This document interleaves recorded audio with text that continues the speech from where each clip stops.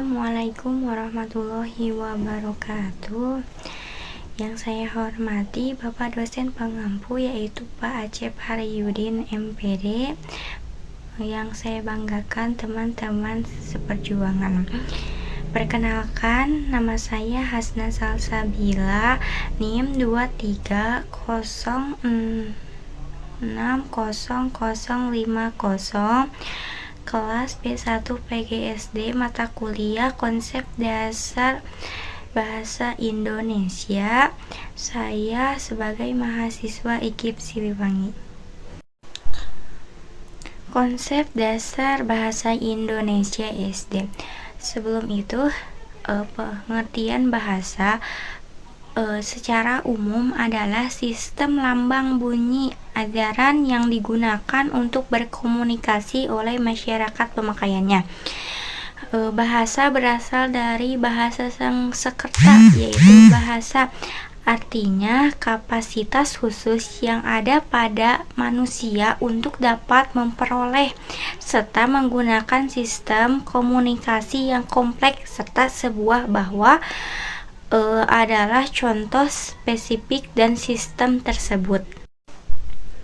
Bahasa Indonesia adalah bahasa resmi dan nasional Indonesia. Ini adalah salah satu dari ribuan bahasa yang digunakan di seluruh kepulauan Indonesia.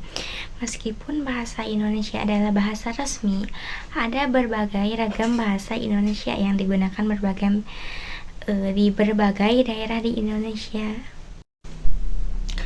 Setelah kita mengetahui pengertian bahasa Indonesia, selanjutnya adalah tujuan bahasa Indonesia. Tujuan bahasa Indonesia ada 3. Yang pertama, bahasa digunakan untuk komunikasi sehari-hari. Yang kedua, bahasa yang dirangkai dengan sedemikian rupa sehingga menjadi bahasa yang indah dan dapat digunakan untuk pemuas rasa estetis. Yang ketiga, bahasa sebagai media untuk mempelajari berbagai ilmu pengetahuan, baik dalam lingkup bahasa itu sendiri atau di luar bahasa. Kata benda dalam suatu kalimat dapat mempengaruhi makna secara keseluruhan. Kalau kita berbicara kata benda itu dapat disebut dengan nominasi, yaitu kata yang menduduki frasa subjek, objek, atau pelengkap dalam frasa, fungsi induk, pewatas, atau poros dalam frasa.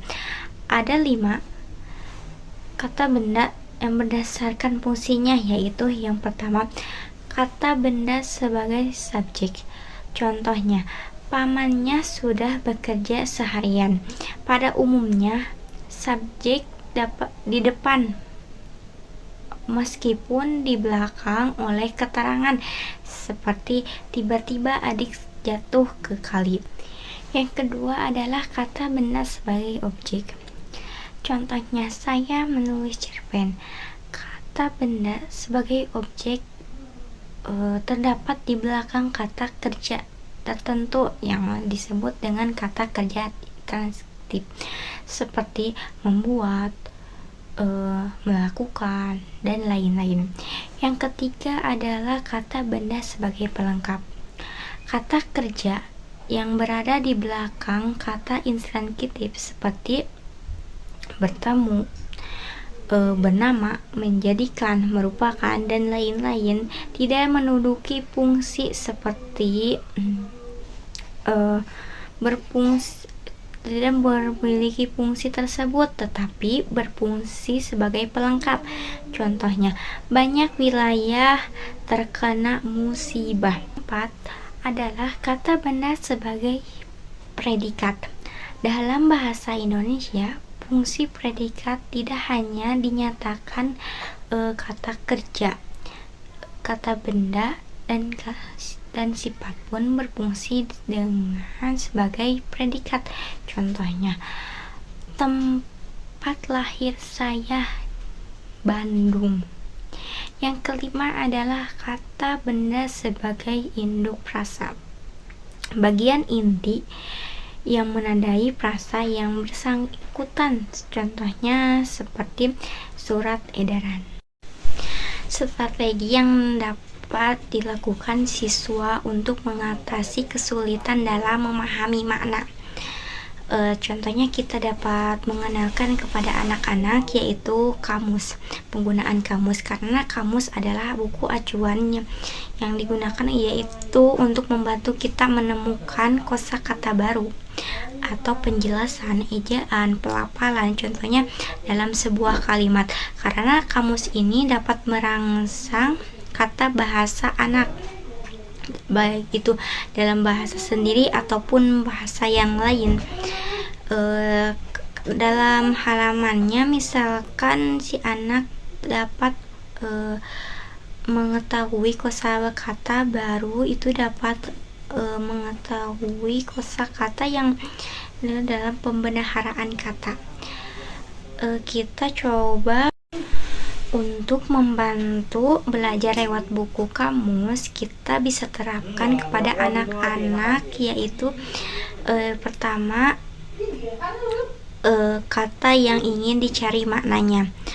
Pada awal kita tanyakan kepada anak kata apa yang sulit, kata apa yang bingung, dan kata apa yang tidak mengerti maknanya. Setelah itu kalau sudah tahu kata apa yang sulit, maka anak-anak dapat membuatnya penasaran. Setelah itu anak-anak dapat semakin tertarik untuk menggunakan kamus, dan pelajari kepada anak-anak yaitu ketika kita mencari kepada kamus tanpa menggunakan imbuhan, seperti contohnya memakan, yaitu kita mencari contohnya itu makan gitu. Yang kedua adalah cari sesuai huruf yang pertama dalam kata.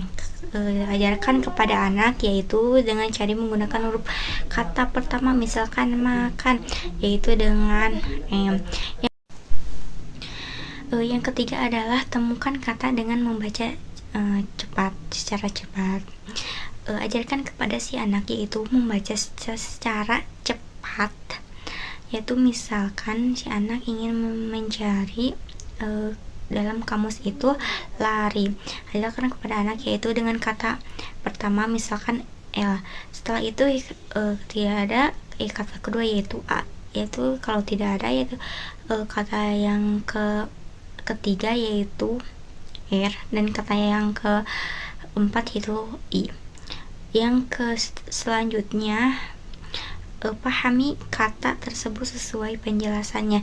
Setelah anak membaca penjelasan di dalam kamus, setelah itu anak tanyakan kepada anak apakah dia masih bingung atau sudah mengetahui penjelasannya. Inilah tips untuk menggunakan kamus kepada anak.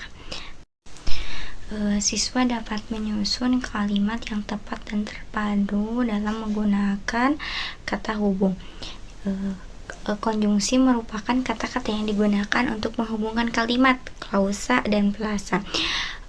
Anak-anak yang belajar menggunakan konjungsi sejak dini dapat menghindari kesalahan saat menyusun kalimat. Konjungsi juga membantu mengurangi penggunaan kalimat pendek. Mulailah mengajarkan kata sambung sederhana seperti dan, atau, untuk, tetapi, dan lain-lain kepada anak-anak. Jelaskan bagaimana konjungsi ini menghubungkan dua kata. Jangan langsung menggabungkan kalimat atau frasa. Mulailah dengan langkah kecil. Akan lebih baiknya jika mengajarkan kepada mereka itu menghubungkan dua kata atau lebih, sehingga mereka dapat memahami peran konjungsi yang berbeda. Pengajaran konjungsi untuk anak-anak mungkin akan lebih mudah dikelola jika yaitu meminta anak-anak untuk membaca banyak cerita dan esai. Mintalah mereka membuat perahan untuk fokus pada bagaimana konjungsi digunakan dalam berbagai jenis kalimat sebagai kegiatan yang menyenangkan. Dapat meminta anak-anak untuk mencatat semua konjungsi yang mereka temukan saat membaca materi apapun. Setelah itu, guru atau orang tua guru dapat memeriksa apa yang mereka tulis untuk menemukan apakah mereka itu telah menemukan konjungsi yang tepat atau tidak. Peran dan dampak dialek dalam bahasa Indonesia terhadap pemahaman bangsa daerah, yaitu variasi berbahasa, dialek, logat atau adaptation dimiliki setiap orang, bahkan tanpa disadari melekat dalam diri setiap orang dan nampak ketika mengucapkan kata yang tidak disadari dalam bahasa daerah maupun dalam bahasa nasional. Ada beberapa dampak yang dapat menyebabkan terjadinya perkembangan memburuk suatu bahasa, yaitu adanya susupan bahasa kebangsaan kepada bahasa daerah dan susupan bahasa kebangsaan dari bahasa baku bahasa daerah ke dalam bahasa dialek. Yang kedua adalah dampak sosial. Nah, dampak sosial ini dapat kita ketahui bahwa kita masuk dalam bahasa dialek, dia akan melupakan bahasa Indonesia itu sendiri, yaitu bahasa nasional, yaitu bahasa kebangsaan, yaitu bahasa Indonesia. Perbandingan bahasa formal dan informal dalam sebuah teks, contohnya yaitu sedang yang dimaksud pengendalian adalah berkaitan dengan mengevaluasi dan menganalisa apakah kegiatan tersebut berjalan sesuai dengan rencana yang telah ditetapkan, maka dibandingkan seperti ini. Sedangkan yang dimaksud dengan pengendalian adalah kegiatan mengevaluasi dan menganalisis kesesuaian pelaksanaan program dengan rencana yang telah ditetapkan. Kata dan gaya dalam mencerminkan budaya itu anak sastra Indonesia, yaitu kalau kita bandingkan diksi karya non sastra dengan diksi karya sastra, sebagai itu diksi karya non sastra dibedakan pada pemilihan kata, diusahakan agar kata pemilihan itu bermakna tunggal dan akurat, berfokus pada makna. Sedangkan diksi karya sastra itu di samping ketepatan pemilihan kata juga diusahakan agar kata itu dapat membangkitkan imajinasi, diusahakan agar kata itu bermakna ganda dan bernilai asosiatif serta imajinatif, berfokus pada makna dan daya evakuasi. Cara mengajarkan bahasa Indonesia kepada anak sekolah dasar. Nah, terciptanya kelas yang menyenangkan agar siswa tidak bosan. Ini ada beberapa yang bisa dilakukan, yaitu yang pertama adalah teknis bermain peran. Nah, di sini mengajarkan kepada anak-anak yaitu bermain peran sebagai berikut. Ketika anak-anak contohnya dalam drama, nah anak-anak dipilih oleh gurunya yaitu yang menjadi sutradaranya siapa dan menjadi pemainnya siapa, yaitu agar anak-anak terciptanya keaktifan dalam kelas itu, jadi untuk tidak bosan. Yang kedua adalah teknis wawancara. Nah, teknis wawancara ini bisa diajarkan kepada anak-anak supaya tidak bosan. Misalnya kita dipilih anak-anak 2 orang, yaitu yang satu penanya, yang satu itu menjawab. Setelah itu bergiliran. Nah, ini adalah cara untuk anak tidak bosan. Yang ketiga adalah teknis permainan. Nah, teknis permainan ini harus dilakukan dalam suatu pelajaran karena supaya tidak bosan. Misalkan dalam bahasa Indonesia, pelajaran bahasa Indonesia ini kita bermain atau puzzle atau sesuai dengan materi yang sudah disampaikan. Yang keempat adalah pembelajaran di luar kelas. Nah, pembelajaran di luar kelas ini dapat membantu supaya anak berpikir lebih aktif